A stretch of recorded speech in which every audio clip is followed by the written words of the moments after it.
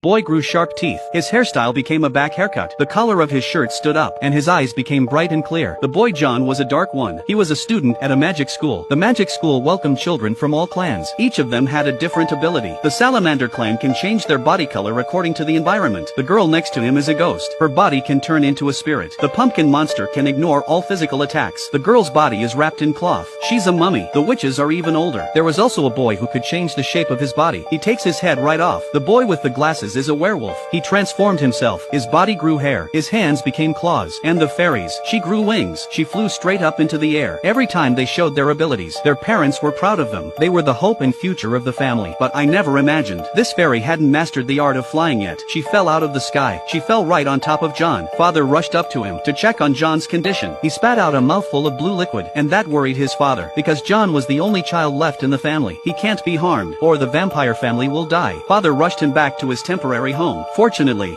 John was fine, but when John arrived at the magic school, John was teased by some of his classmates. It made John sick and tired. He didn't want to stay in this place anymore. John took his backpack and tried to leave the magic school. In the forest, he met a fairy and a wolf boy who were also trying to escape. So the three of them traveled together to escape. But when they came to the bridge, an ugly old man appeared in front of them. He was the bridge guard. The three of them tried to break through, only to see his body change. He kept getting bigger and bigger. He turned into a troll. He roared at the three of them. At that moment, a magician appeared.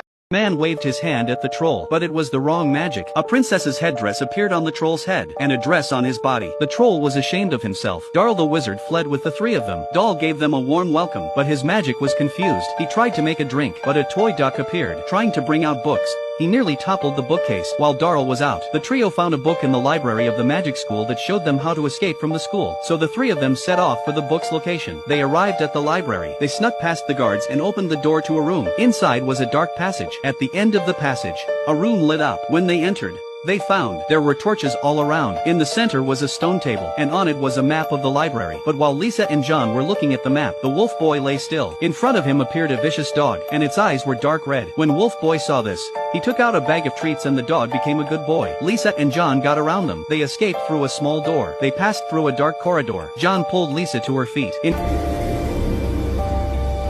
In front of them was a deep space. Another door appeared on the other side. They had to fly through it. To get there, Lisa took a stone and threw it into the hole in front of her, but there was no sound for a long time.